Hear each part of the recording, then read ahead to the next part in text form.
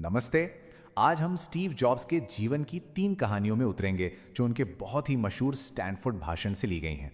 दरअसल दीपक दहिया ने इसे हिंदी में बहुत शानदार तरीके से पेश किया है और उसी से प्रेरणा लेकर हम ये देखने वाले हैं कि ये सिर्फ किस्से नहीं बल्कि जिंदगी जीने के बहुत ही पावरफुल सबक हैं। तो चलिए शुरू करते हैं। जॉब्स ने अपनी बात बस इन्हीं सीधे साधे शब्दों से शुरू की। कोई भारी भरकम फिलॉसफी नहीं, सिर्फ जिंदगी के 3 अनुभव। और जानते हैं यही सादगी इस भाषण को इतना दमदार बनाती है। चलिए देखते हैं कौन सी हैं वो 3 कहानियां। तो आज हम इन 3 कहानियों पर नजर डालेंगे। पहली, डॉट्स को कैसे जोड़ा जाए, दूसरी प्यार और नुकसान के बारे में, और तीसरी मौत की सच्चाई पर। और हाँ, आखिर में उनका वो मशहूर संदेश भी है। चलिए पहली कहानी से शुरू करते हैं, कनेक्टिंग द डॉट्स। ये कहानी इस बारे में है कि कैसे हमारी जिंदगी के बेतरतीब से दिखने वाले अनुभव आगे चलकर एक खूबसूरत तस्वीर बना देते हैं। क्या आप सोच सकते हैं, जॉब्स ने सिर्फ 6 महीने में ही अपना महंगा रीड कॉलेज छोड़ दिया। उन्हें लगा कि उनके माता पिता की गाढ़ी कमाई बर्बाद हो रही है क्योंकि उन्हें खुद नहीं पता था कि जिंदगी में आखिर करना क्या है। उस वक्त तो यह बहुत ही डरावना फैसला था, लेकिन बाद में उन्होंने इसे अपनी जिंदगी का सबसे बेहतरीन फैसला बताया।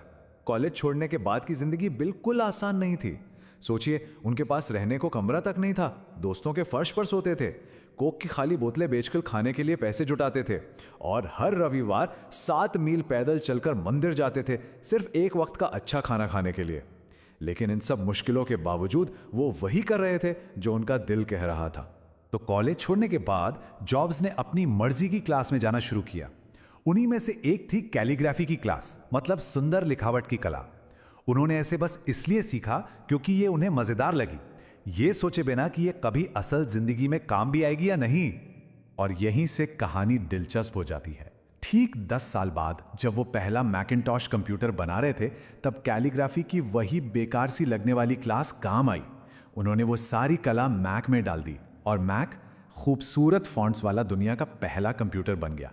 जरा सोचिए, अगर उन्होंने वो क्लास न की होती तो आज हमारे कंप्यूटर कैसे दिखते। तो इस कहानी का सार क्या है? यही कि हम भविष्य में देखकर डॉट्स नहीं जोड़ सकते। ये डॉट्स तो हमेशा पीछे मुड़कर देखने पर ही जुड़ते हैं। इसलिए हमें ये भरोसा रखना ही होगा कि आज हम जो भी कर रहे हैं वो आगे चलकर किसी न किसी तरह मतलब जरूर निकालेगा। और यही भरोसा हमें अपने दिल की सुनने की हिम्मत देता है, चाहे रास्ता कितना भी मुश्किल क्यों ना लगे। चलिए अब उनकी दूसरी कहानी पर चलते हैं। यह कहानी है प्यार की और एक बहुत बड़ी नाकामी की। स्टीव जॉब्स ने 20 साल की उम्र में एक गराज से एप्पल की शुरुआत की थी और सिर्फ 10 साल के अंदर ये 2 लोगों की कंपनी से $2 बिलियन और 4000 कर्मचारियों वाली एक बहुत बड़ी कंपनी बन गई। मतलब एक अविश्वसनीय कामयाबी। लेकिन फिर 30 साल की उम्र में उन्हें अपनी ही बनाई कंपनी से निकाल दिया गया। हुआ यह कि भविष्य को लेकर उनके और उनके हायर किए हुए सीईओ के बीच मतभेद हो गए और बोर्ड ने सीईओ का साथ दिया। ये उनके लिए बहुत बड़ा झटका था, एक तरह से पब्लिक में बेइज्जती। पर जानते हैं, इस बड़ी हार ने उन्हें एक नई तरह की आज़ादी दी। वो जो सफल होने का भारी बोझ था वो हट गया और वो फिर से एक बिगनर की तरह हल्का और क्रिएटिव महसूस करने लगे। और यही आज़ादी उन्हें उनकी ज़िंदगी के सबसे रचनात्मक दौर में ले गई। अगले 5 सालों में उन्होंने 2 कंपनियां बनाई, नेक्स्ट और पिक्सर। पिक्सर ने टॉय स्टोरी जैसी फिल्में बनाकर एनिमेशन की दुनिया ही बदल दी। इसी दौरान वो अपनी होने वाली पत्नी से भी मिले और फिर किस्मत का खेल देखिए, एप्पल ने नेक्स्ट को खरीद लिया और जॉब्स की एप्पल में वापसी हो गई। तो इस पूरे दौर से उनका सबक ये था कि अगर हमें कोई महान काम करना है तो उसका एक ही तरीका है, उस काम से प्यार करना। और अगर वो काम अभी तक नहीं मिला है तो उसे खोजते रहना चाहिए, समझौता नहीं करना चाहिए। जब वो काम मिलेगा तो दिल अपने आप बता देगा। और अब हम उनकी तीसरी और सबसे पर्सनल कहानी पर आते हैं जो मौत के बारे में है। पिछले 33 सालों से जॉब्स हर सुबह शीशे में देखकर खुद से एक सवाल पूछते थे कि अगर आज मेरी जिंदगी का आखिरी दिन होता तो क्या मैं वही करता जो मैं आज करने जा रहा हूं। और अगर कई दिनों तक जवाब नहीं होता तो वो समझ जाते थे कि कुछ बदलने का वक्त आ गया है। इस भाषण से लगभग 1 साल पहले उन्हें कैंसर का पता चला। डॉक्टरों ने कहा कि यह लाइलाज है और उनके पास बस 3 से 6 महीने हैं।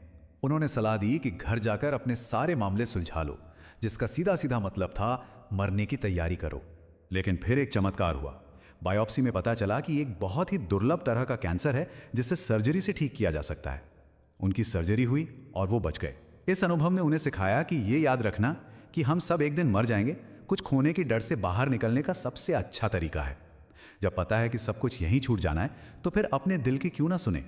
तो उनका संदेश बिल्कुल साफ है, हमारा समय सीमित है। इसे किसी और की जिंदगी जीकर, किसी और के बनाए नियमों में फंसकर बर्बाद नहीं करना चाहिए। दूसरों की राय के शोर में अपनी अंदर की आवाज को दबने नहीं देना है। और सबसे जरूरी, अपने दिल और अपनी गट फीलिंग की सुनने की हिम्मत रखनी चाहिए, क्योंकि वो पहले से ही जानते हैं कि हम सच में क्या बनना चाहते हैं। और ये हमें उनके आखिरी और सबसे मशहूर संदेश पर ले आता है, जो इन तीनों कहानियों के निचोड़ को एक साथ बांध देता है। भूखे रहो, मूर्ख रहो। इसका मतलब क्या है? भूखे रहो यानी हमेशा कुछ और जानने, कुछ और करने की भूख बनाए रखो। और मूर्ख रहो यानी ये मानने के लिए हमेशा तैयार रहो कि हमें सब कुछ नहीं पता, ताकि हम हमेशा कुछ नया सीखने के लिए तैयार रहें। जॉब्स ने अपने लिए और वहां मौजूद सभी के लिए यही कामना की। ये एक ऐसा विचार है जो हमें हमेशा आगे बढ़ने, सीखते रहने और कभी भी एक जगह पर न रुकने के लिए प्रेरित करता है। शायद यही उनकी जिंदगी का सबसे बड़ा सबक है। यह हमें सोचने पर मजबूर करता है ना।